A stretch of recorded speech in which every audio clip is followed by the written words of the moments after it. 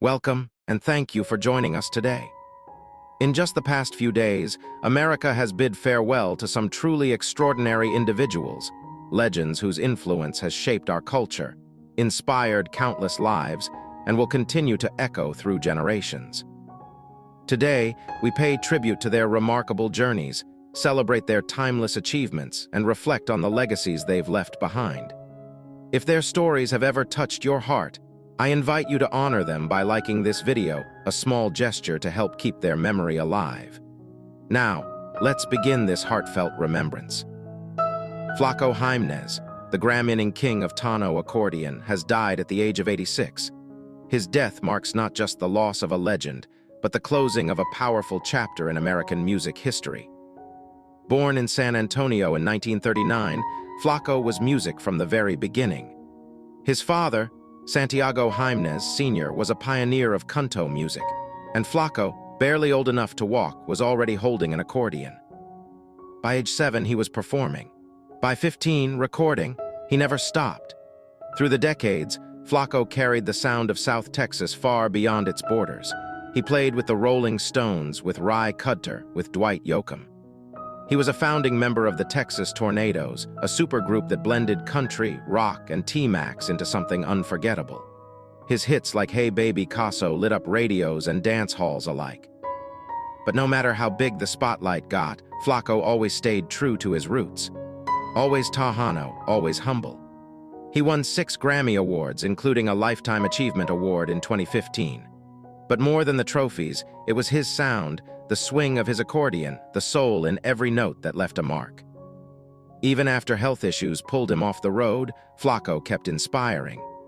Young musicians still follow his path, picking up the accordion not as a relic, but as a living heartbeat of culture. He didn't just make music, he built bridges. Between genres, between generations, between people.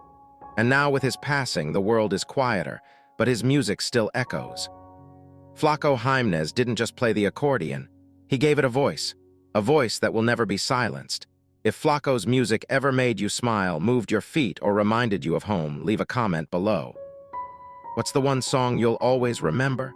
Let's keep his legacy alive together. Jeannie Seely, the voice that never stops singing. Country music has lost one of its most beloved voices. Jeannie Seely, the Grammy-winning legend known as Miss Country Soul, has passed away at the age of 85. Her death marks the end of an extraordinary era in country music. Seely wasn't just a singer. She was a force of nature, a trailblazer, and a symbol of strength for every woman who dared to dream of the op stage. Born in Pennsylvania, Jeannie's journey began on small-town radio before destiny led her to Nashville. Her breakthrough came with the hit Don't Touch Me, a song that didn't just top the charts, it changed her life. It earned her a Grammy and opened the door to decades of success, including chart-topping singles, historic opurences, and a legacy that would influence generations. With over 5,000 appearances, Jeannie holds the record for the most performances on the Grand Ole Opry stage. She made history as the first woman to host the Opry solo, a milestone that shattered glass ceilings in the industry. Her duets with Jack Green, her timeless solo hits like Can I Sleep in Your Arms, and her commanding stage presence helped define the sound of Nashville. Even after a devastating car accident in 1977, Jeannie didn't stop. She came back stronger, singing, acting, producing, and inspiring.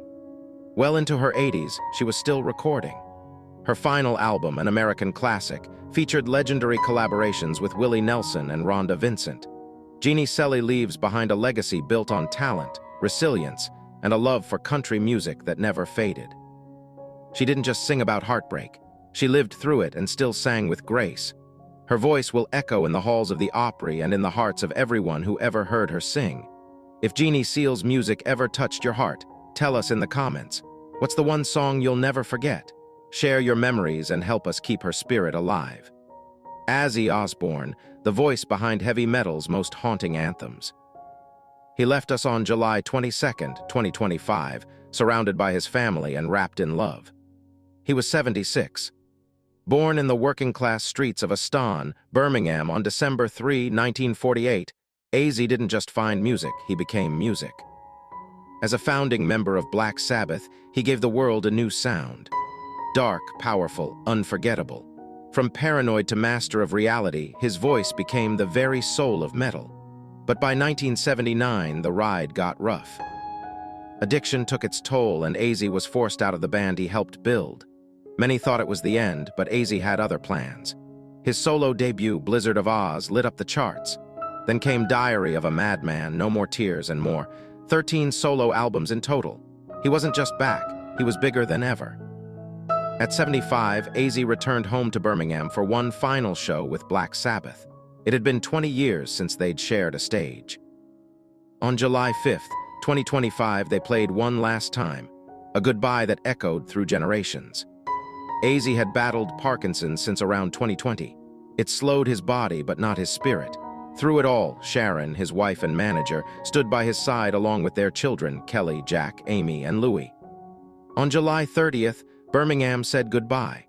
Thousands lined the streets as his coffin passed over the Black Sabbath bridge. A brass band played Iron Man. The crowd chanted his name. It wasn't just a funeral. It was a tribute from the city that raised him. Later, a quiet family burial took place in Buckinghamshire, just as Ozzy had wished. Simple, peaceful, no drama. Beyond the stage, we got to know him as a father and husband in the Osbournes TV show. He made us laugh. He made us cry. He showed us he was real. Ozzy leaves behind more than music. He leaves behind a movement, a legacy.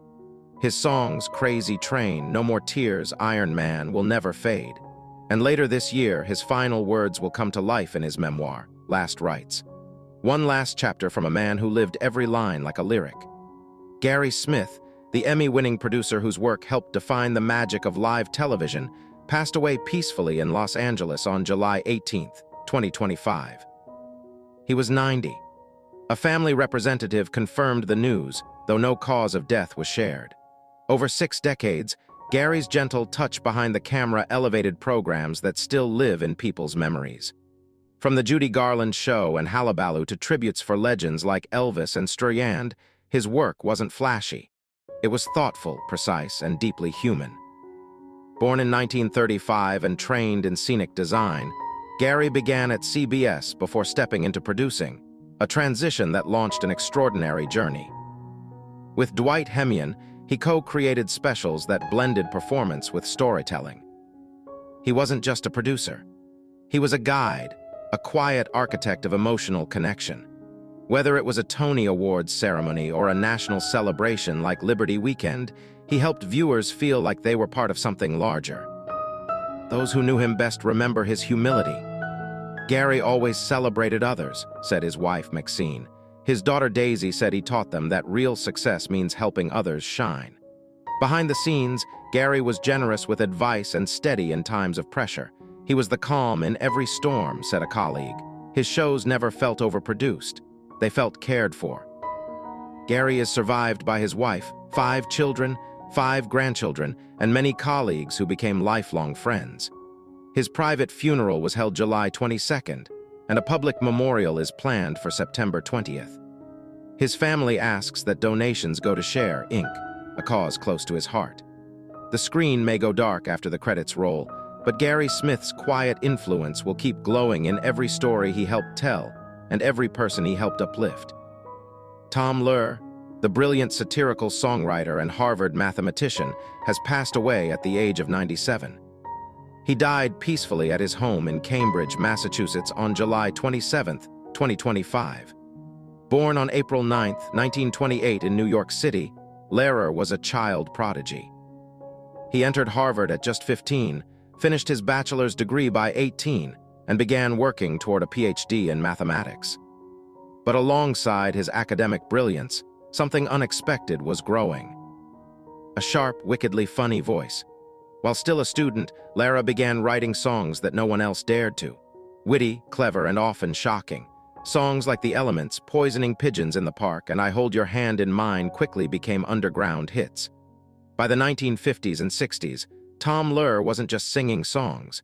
He was poking fun at politics, religion, war, and society itself. National Brotherhood Week, the Vatican rag, who's next? He tackled the Cold War, racial injustice, nuclear anxiety, all with a piano, a smirk, and razor-sharp lyrics. Despite performing live just 109 times and recording only 4 albums, Lehrer's impact was massive. He wrote just 37 songs, but each one left a mark. He inspired generations of satirical artists from Randy Newman to Weird Al Yankovic. He even wrote music for the hit show that was The Week That Was and later for The Electric Company, a beloved children's program. In the 1970s, he quietly stepped away from the stage. He chose to teach instead, sharing his love of math and musical theater at Harvard, MIT, Wellesley, and UC Santa Cruz. But perhaps his greatest act of generosity came late in life. In 2020, Lara gave all his music, every song, every lyric into the public domain. No copyrights, no restrictions. By 2022, he had given up every last right. He wanted the world to use his work freely. A final gift from a man who believed in freedom, humor, and the power of ideas. Dana Mayers, the brilliant but often overlooked songwriter and producer behind the Solar Records sound, has passed away at the age of 73. His death quietly marks the end of a golden era in R&B and funk. While his name may not have been in the headlines, his music shaped the rhythm of a generation. Dana was born in Dayton, Ohio, a city known for its funk roots. He started out as a percussionist and songwriter in the Midwest before moving to Los Angeles, where everything changed. At Solar Records, he joined forces with the legendary Leon Silver's Roman III. Together, they helped create some of the smoothest and most iconic R&B tracks of the late 70s and early 80s. You've probably heard his work, maybe without even realizing it. Songs like A Night to Remember by Shalamer or It's a Love Thing by The Whispers. He also worked with legends like Gladys Knight and the Pips, Dynasty, and Climax. Dana had a special touch, balancing catchy hooks with depth and soul. He wasn't just writing lyrics, he was building a sound. Even though he rarely stepped into the spotlight, his fingerprints were everywhere. From background vocals to drum programming, Dana helped turn good songs into timeless hits. After Solar's peak, he kept going, writing, recording, and mentoring young artists. He never stopped believing in the power of music to connect us all. Dana Mayers passed away peacefully in July 2025. His friends and fellow musicians called him the secret weapon behind the Solar sound. And while the charts may not always carry his name, the music world knows who he was. His legacy lives on in every groove, every beat, and every memory on the dance floor. When the world lost Jeannie Seely on August 1st, 2025, Connie Francis, the beloved voice behind timeless hits like Stupid Cupid and Where the Boys Are, passed away on July 17, 2025 in PMPO Beach, Florida. She was 87. Her death followed complications related to extreme pelvic pain. Ron Roberts, her longtime friend and the head of her record label, announced the news with heartfelt words. "It is with a heavy heart and extreme sadness that I inform you of the passing of my dear friend Connie Francis last night. For fans who grew up with her music, it feels like saying goodbye to a dear part of their youth. Connie wasn't just a chart-topping artist. She was part of the fabric of daily life. Her voice rang through transistor radios and jukeboxes. Her songs comforted broken hearts and celebrated young love. With over 200 million records sold, her music spanned languages in generations. Her impact reached new heights recently when Pretty Little Baby went viral on TikTok, introducing her to a younger audience. She was genuinely touched, saying she was absolutely flabbergasted by its renewed popularity. Her life held more than melodies. It held strength. She endured loss, assault, depression, and the unimaginable grief of losing her brother. She lost her voice and found it again. Through it all, she never stopped returning to her music. Fans remembered her with love. She sang the songs that carried us through, one said. Another shared simply, "Your voice was our comfort." Rest in peace. Ron Roberts reminded us she would be smiling knowing she left this world as big a star as ever. Did one of Connie's songs ever play during an unforgettable moment in your life? Share that memory in the comments below. Let's remember her not just for her voice, but for the feeling it gave us and for the strength she showed behind the music. Paul Mario Day, the very first lead singer of Iron Maiden, has passed away at the age of 69. His death marks the end of a powerful, if lesser-known, chapter in the story of British heavy metal. Born in East London in 1955, Paul was there at the very beginning. In 1975, when Iron Maiden was still just an idea in Steve Harris's mind, Paul was the one holding the microphone. He was the original voice that helped shape their earliest sound long before the band became a global phenomenon. Though he left the band in 1976 before they ever released an album, his presence was essential. He brought energy, structure, and raw charisma to Iron Maiden's earliest shows. Steve Harris himself once credited Paul with helping turn a dream into something real. But Paul's story didn't end with Maiden. He kept singing. He joined bands like Moore, Wildfire, and later Defaced in Australia, where he spent much of his life. His voice remained unmistakable, gritty, powerful, and full of heart. Over the decades, Paul continued to make music, mentor younger artists, and stay connected with fans who never forgot his place in rock history. He didn't chase fame, he chased the music. After news of his passing, Iron Maiden shared a heartfelt tribute. We're very sad to hear of the passing of Paul Mario Day. Paul was Maiden's original singer and a massive part of our early story.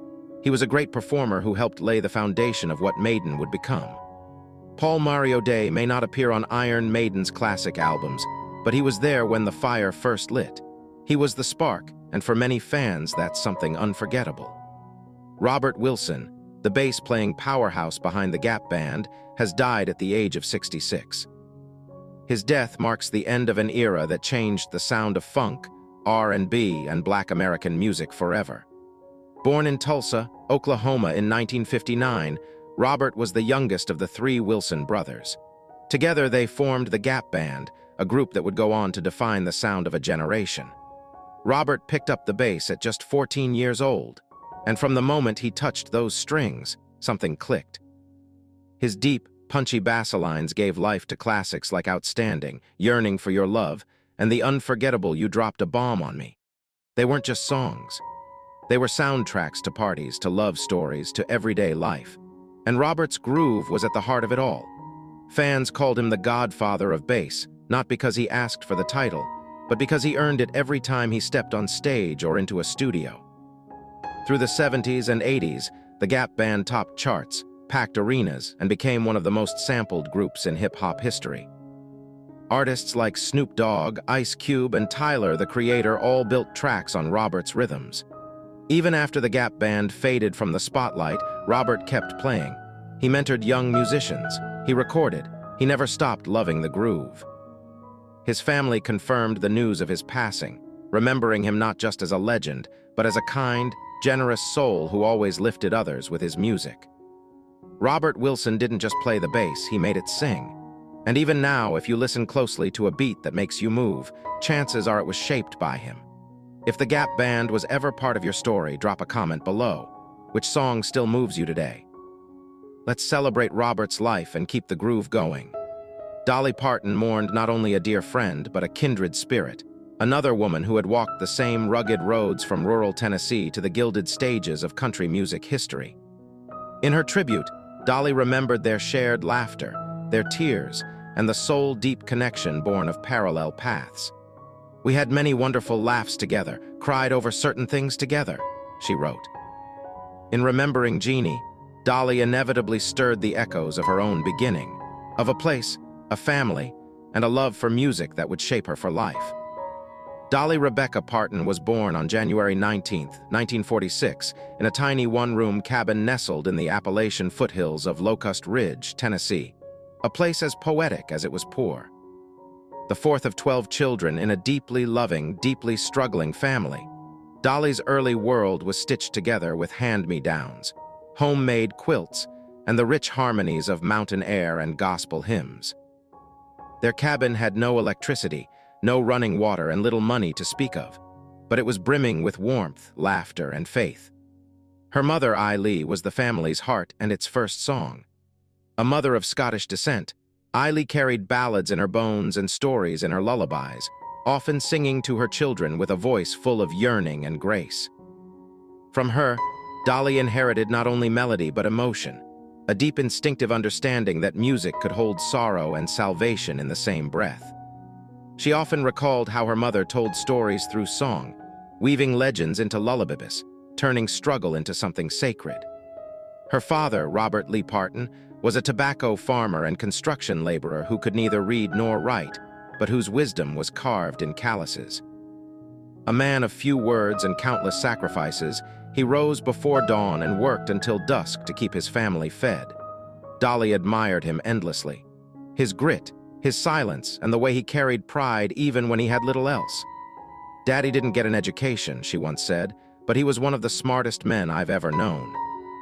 From him, she learned persistence, humility, and the silent poetry of hard work. The world outside their cabin was one of rolling hills, deep hollers, and mistist ridgel lines. It was an isolated, hard-cribble life where families relied on one another, where religion was a rhythm, and where nature was both teacher and companion. These mountains didn't just raise Dolly, they sang to her. The cries of whippoorwills, the rustle of wind through pine, the rhythm of rain on the tin roof. Everything was a song waiting to be written. In this crucible of hardship and harmony, Dolly's imagination bloomed. She made microphones from tin cans, stages from porch steps, and audiences from chickens.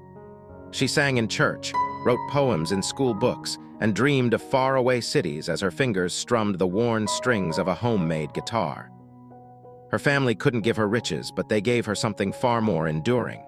A sense of identity, a love for storytelling, and a foundation of faith. Looking back, Dolly has often said she wouldn't trade her childhood for anything. It was poor, yes, but it was also rich in the things that mattered most.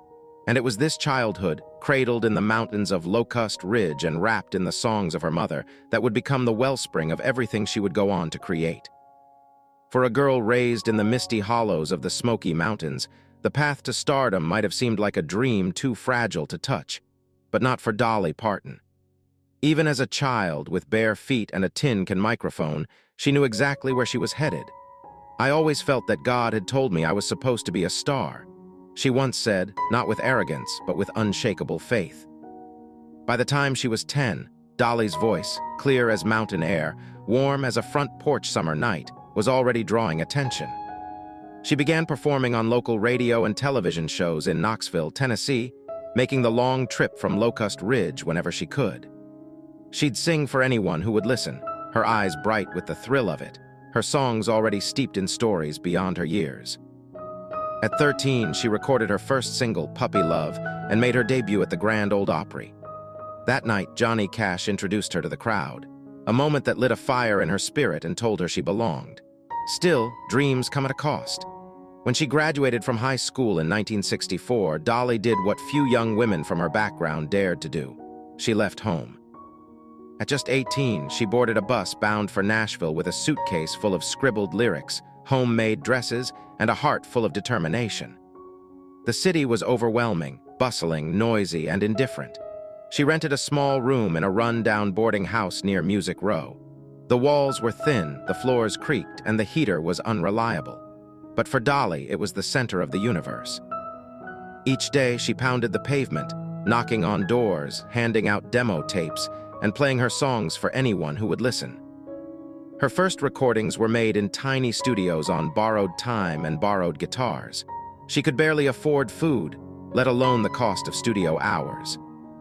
But somehow she scraped by, powered by hope and a belief in her voice. Rejections came often, and some days felt impossibly long. But she kept writing early in the morning, late at night, whenever inspiration struck. Her songs were raw, honest, and real. Reflections of a life lived in both struggle and light.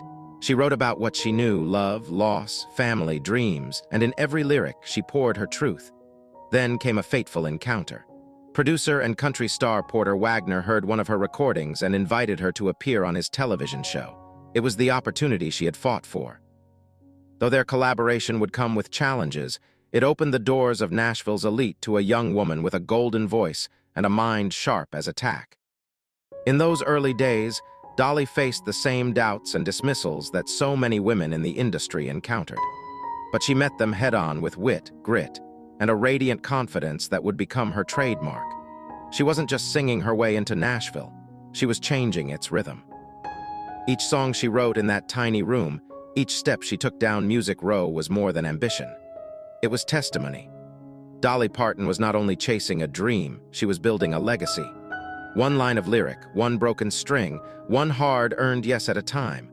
Long before Dolly Parton became a household name, she was already writing the soundtrack of her own legend, one song at a time. With each lyric, she carved her place in country music history, not by shouting for attention, but by singing the truth with tenderness, wit, and fierce independence. Her music wasn't just a reflection of who she was. It was a declaration of who she would never let the world tell her to be.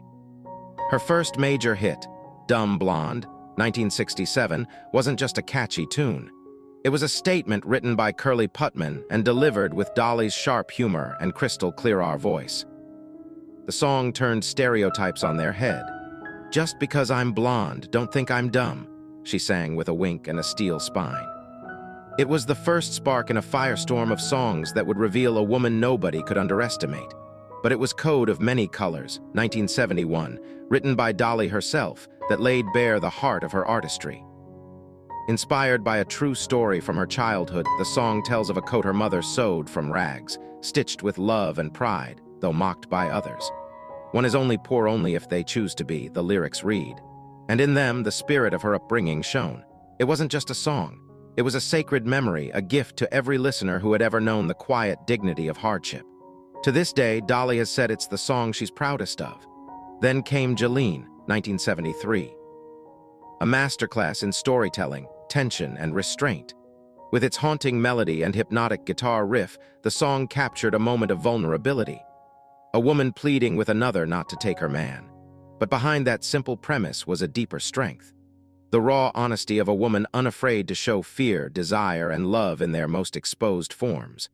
Jolene became one of her most iconic songs, covered by countless artists, transcending genre and generation. And then there was I Will Always Love You, 1974, perhaps her most enduring legacy. Written as a farewell to her mentor, Porter Wagoner, it's a song not of heartbreak, but of gratitude and grace. When Elvis Presley expressed interest in recording it, Dolly was honored, but she stood her ground. His manager demanded half the publishing rights. She refused. It was one of the hardest decisions she ever made, but also one of the most defining. Years later, Whitney Houston's version would turn the song into a global phenomenon, and Dolly's publishing rights ensured the earnings helped fund her philanthropic work for decades. In that one moment, turning down the king of rock and roll, Dolly Parton showed the world what artistic integrity looks like. She wasn't just a singer. She was a writer, a businesswoman, and a force who understood the value of her words. Through these songs, she didn't just tell stories. She shaped her destiny. These weren't just hits. They were declarations. From a dumb blonde with something to say to a girl in a patchwork coat to a woman standing tall in the face of compromise. Dolly Parton was and remains the voice of courage wrapped in rhinestones. Her songs are hymns for the underdog, the dreamer, the believer, and for every soul who's ever needed to hear that they are enough. By the late 1970s, Dolly Parton had already conquered Nashville. Her voice had become one of the most recognizable in country music, and her songwriting had earned respect across the industry. But Dolly never saw herself confined to one genre, one stage, or one audience. She had always dreamed beyond the mountains, beyond the charts, and now the world was ready to listen. Her transformation began with a bold move into pop, a genre shift that some in country circles met with skepticism. But for Dolly, it wasn't a betrayal of her roots. It was an expansion of her story. She wanted to reach more hearts, tell bigger truths, and challenge herself in new ways. And with Here You Come Again, 1977, she did just that. Written by Barry Mann and Cynthia Weil, the song shimmered with polished production and piano-driven hooks. It shot to #1 on the country charts and reached #3 on the Billboard Hot 100, making Dolly a bona fide crossover star. The track didn't erase her country identity. It elevated it, proving that storytelling knows no genre. But Dolly's ambition didn't stop at music. With characteristic courage and charisma, she turned her gaze toward Hollywood. In 1980, she made her film debut in 9 to 5, a workplace comedy that tackled sexism and corporate injustice with humor and heart. Starring alongside Jane Fonda and Lily Tomlin, Dolly held her own with effortless charm. She didn't just act. She wrote the theme song, tapping her acrylic nails on the set to mimic a typewriter's rhythm. That catchy, clever anthem became a global hit and an enduring feminist rally cry. 9 to 5 topped both the country and pop charts, earning her Grammy Awards and an Oscar nomination. More importantly, it spoke for working women everywhere with a wink, a beat, and a bold sense of justice. With each new endeavor, Dolly redefined what a country artist could be. She embraced big hair, bright colors, and high-gloss showmanship, but always with substance beneath the sparkle. She became a cultural icon not because she followed trends, but because she anticipated them. Her presence was magnetic, disarmingly funny, fiercely intelligent, and unapologetically herself. Throughout the 1980s, she continued to release hit records, star in films like The Best Little Whorehouse in Texas and Steel Magnolias, and build the kind of brand most entertainers only dream of. She didn't just cross over. She carried country with her, introducing its heart to a global audience without compromising its soul. And through it all, she remained grounded. "I'm not leaving country," she told critics at the time. "I'm just taking it with me." That simple statement captured her philosophy. Inclusion, not escape; growth, not rejection. She honored her heritage while stepping into a future that had room for rhinestones, radio hits, and red carpets. In the 70s and 80s, Dolly Parton wasn't just breaking barriers. She was rewriting them. She turned every no into a new path, every risk into a revelation. And in doing so, she became more than a country star. She became a universal voice, bold, bright, and unmistakably her own. Behind the sparkle and the songs, beneath the bright smile and rhinestone gowns, Dolly Parton has carried pain that the world rarely sees. Her life has not been free of suffering, but true to form, she has borne it with grace, grit, and a refusal to let it define her.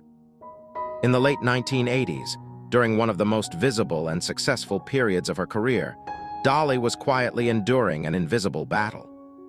She had been diagnosed with endometriosis, a chronic and painful condition that affects the tissue lining the uterus. The illness brought severe physical discomfort, fatigue, and emotional strain, often during the same time she was performing, touring, and smiling for cameras. Eventually, it required surgery, and with it came one of the deepest heartbreaks of her life, the loss of her ability to bear children. For a woman who had grown up surrounded by siblings and had often spoken of her love for children, the news was devastating. She fell into a period of deep depression, something she later revealed took a toll on her sense of identity and purpose. Yet, even in her private despair, Dolly found a way through. "I had to regroup," she said. "I had to pull myself back together and go on." Her resilience became her quiet superpower. She never allowed the pain to eclipse the light she brought to others. Instead, she channeled her nurturing spirit into her music, her philanthropy, and her ability to lift others when they were down. Her imagination library, which has given millions of books to children around the world, is perhaps the clearest example of that redirected love. A legacy of motherhood expressed through generosity. Though she has battled chronic health issues, including injuries, fatigue, and further surgeries, Dolly has always maintained a steady routine of recovery. She's spoken of meditation, prayer, movement, and a sense of humor as her lifelines. And though she's famously private about pain, those closest to her have shared how she never complains. How even on the hardest days, she'll put on her wig, paint her face, and head to the studio as if nothing could stop her. "I'm not one to sit around and feel sorry for myself." She once said, "I've got work to do. I've got people to love." And that is the essence of Dolly Parton. She has known deep sorrow and physical suffering, yet she has chosen to shine brighter. She does not deny pain, but she does not surrender to it. With every step, she reminds us that resilience is not the absence of struggle. It's the art of carrying it with grace. For all the joy she has given the world, Dolly Parton's life has not been untouched by grief. Behind the curtain of sequins and song lies a woman who has quietly endured the heartache of losing those dearest to her. Parents, siblings, beloved collaborators, each departure carving a silent space in her soul. Her father, Robert Lee Parton, passed away in 2000. Though he never learned to read or write, he was one of Dolly's greatest sources of wisdom. She often said he was proudest of her imagination library, not the records or awards, but the books she gave to children in his name. When he died, Dolly mourned not just a father, but a silent hero whose love had been the bedrock of her life. Her mother, Eileen, followed in 2003. The woman who first sang to her, who wrapped her in stories and hymns, who sewed the coat of many colors, was gone. Dolly spoke of her mother's passing with reverence and quiet devastation, calling her the anchor of our family. At the funeral, she sang through tears, offering the very gift her mother had given her, music. But grief did not stop there.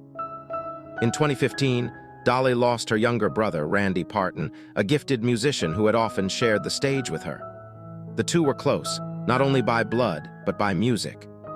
Dolly paid tribute to him with a song and a letter telling fans, "Randy was a great singer, writer, and entertainer, and he will always be in our hearts."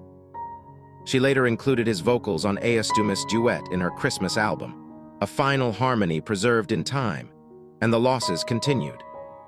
Her longtime collaborators and dear friends, like Porter Wagner, with whom she shared a complicated but formative professional bond, left behind echoes too large to forget.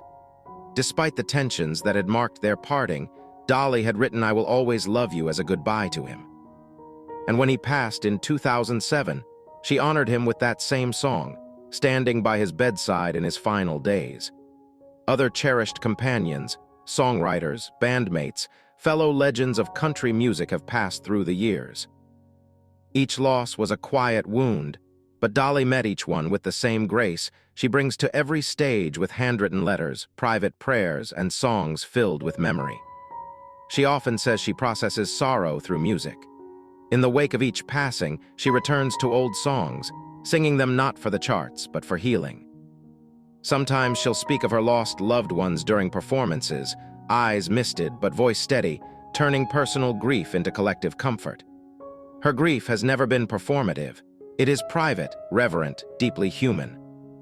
Yet she shares just enough to remind her fans that even icons mourn, that even stars dim and even the strongest hearts break.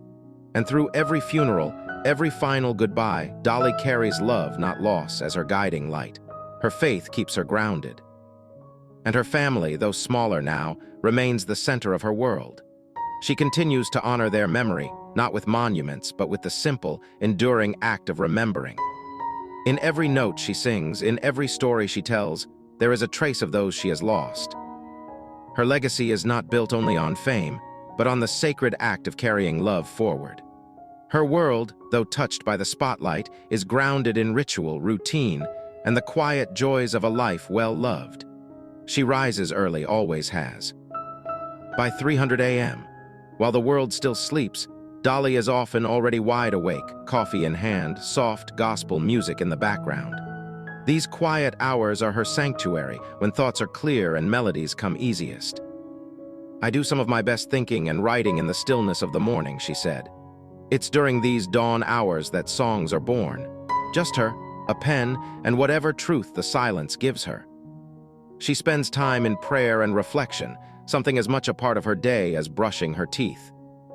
Her faith, ever present but never preaky, remains a compass. It grounds her, keeps her humble, and fills her with gratitude for each new day. Though she's always working, writing, recording, overseeing projects, Dolly doesn't see it as a burden. Creativity is her lifeblood. She keeps notebooks everywhere, jotting down lines, song ideas, or jokes. She still writes much of her music by hand, often on personalized stationery, sometimes while sitting at her kitchen table with a plate of fruit or a slice of pie nearby. Her diet is simple, often Southern, always in moderation. She's spoken of her love for home cooking, fried okra, green beans, cornbread, but balances it with lighter meals, plenty of water, and her own intuitive sense of what makes her feel well. She exercises gently, choosing movement that suits her body, walking, stretching, and staying active more through lifestyle than regimen. And yes, she still keeps up her signature look. Wigs, lashes, bold lipstick, but not out of vanity. It's part of the character she created, part of the performance. "When I'm at home, I'm just Dolly," she says. But even then, a little glamour never hurt. She shares a quiet life in Nashville with her husband, Carl Dean, the man she married in 1966, and who remains her steadfast partner away from the stage. They're rarely seen in public together, but their bond has endured decades of fame, change, and the ever-churning spotlight. Home for Dolly is wherever Carl is, and their days are filled with comfort, laughter, and the simple kind of love that doesn't need to be paraded. There's a calmness to her life now, a rhythm she's earned. And though her days are still busy with music, philanthropy, and storytelling, there's also rest. Moments of stillness when she can simply be. Dolly Parton has never just been a singer. She's been a visionary. While her voice won hearts, her mind quietly built empires, each rooted in community, creativity, and care. Whether opening theme parks or embracing artificial intelligence, Dolly's ventures are less about power and more about purpose. How can joy be shared? How can stories last beyond her lifetime? At the heart of it all is Dollywood, her beloved theme park in Pigeon Forge, Tennessee. More than roller coasters and family fun, Dollywood is a tribute to the values she grew up with: hard work, hospitality, and heritage. It has become one of the most visited attractions in the U.S. South, employing thousands and uplifting the Appalachian region she still calls home. In every cobblestone, every ride, every musical show, there is the unmistakable imprint of Dolly's roots and generosity. Her business ventures don't stop there. She's created lines of perfume, makeup, Southern-style foods, and even pet products, every reflecting a bit of her personality, humor, and warmth. Her fragrance line evokes the memory of her mother's embrace. Her dog accessories are designed with as much flair as her own wardrobe. But none of these feel like vanity projects. They're extensions of a brand built not on trends, but trust. Even in the rapidly evolving world of tech, Dolly hasn't hesitated to step forward on her own terms. In 2023, she introduced Dolly AI, an artificial intelligence model of her likeness and voice designed to preserve her legacy in storytelling for future generations. But it wasn't about algorithms or automation. It was about connection. "I want people to hear my voice long after I'm gone," she said, "and I want it to sound like me, the me that loved you." Unlike many celebrity tech ventures, Dolly AI is guided by ethical principles and consent. It's designed not to replace her, but to extend the love and wisdom she spent a lifetime giving. And quietly, thoughtfully, she's also invested in clean energy initiatives backing projects focused on sustainability and solar power in her home state of Tennessee. She believes in innovation that heals, not harms. Her approach to business has always been less about disruption and more about harmony, finding ways to honor the past while embracing the future. Long after the lights dim and the music quiets, Dolly Parton's most enduring gift may not be a song, but a seed. One that grows in the hands of children in classrooms, clinics, and communities across the world. Her legacy isn't just etched in gold records. It's written in the lives she's touched, lifted, and transformed. At the heart of that legacy is the Imagination Library, a program that began humbly in her home county of Sevilla, Tennessee.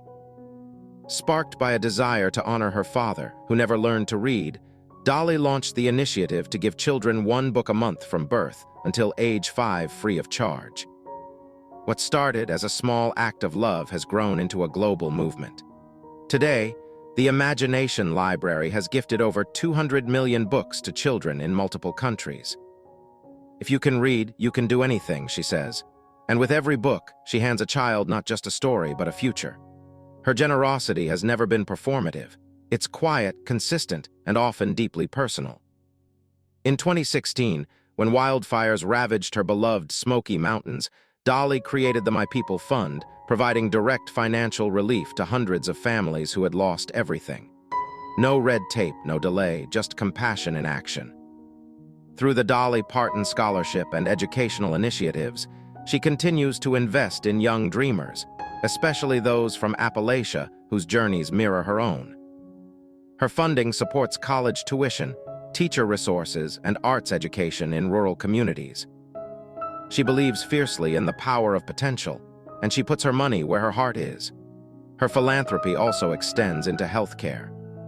In 2020, she made headlines for a generous donation to Vanderbilt University Medical Center, helping to fund research for the CO-19 vaccine. But for Dolly, it wasn't about recognition. It was about responsibility.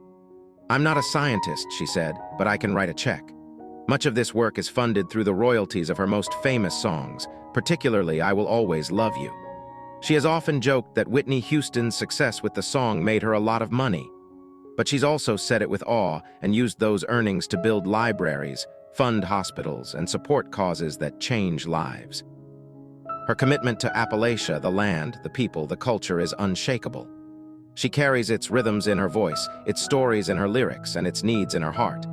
Her legacy is not a monument to herself. It's a bridge she's building for others. With every act of giving, every child who learns to read, every life lifted from hardship, Dolly Parton's vision becomes clearer, not just to entertain, but to endure, not just to be remembered, but to make remembering matter.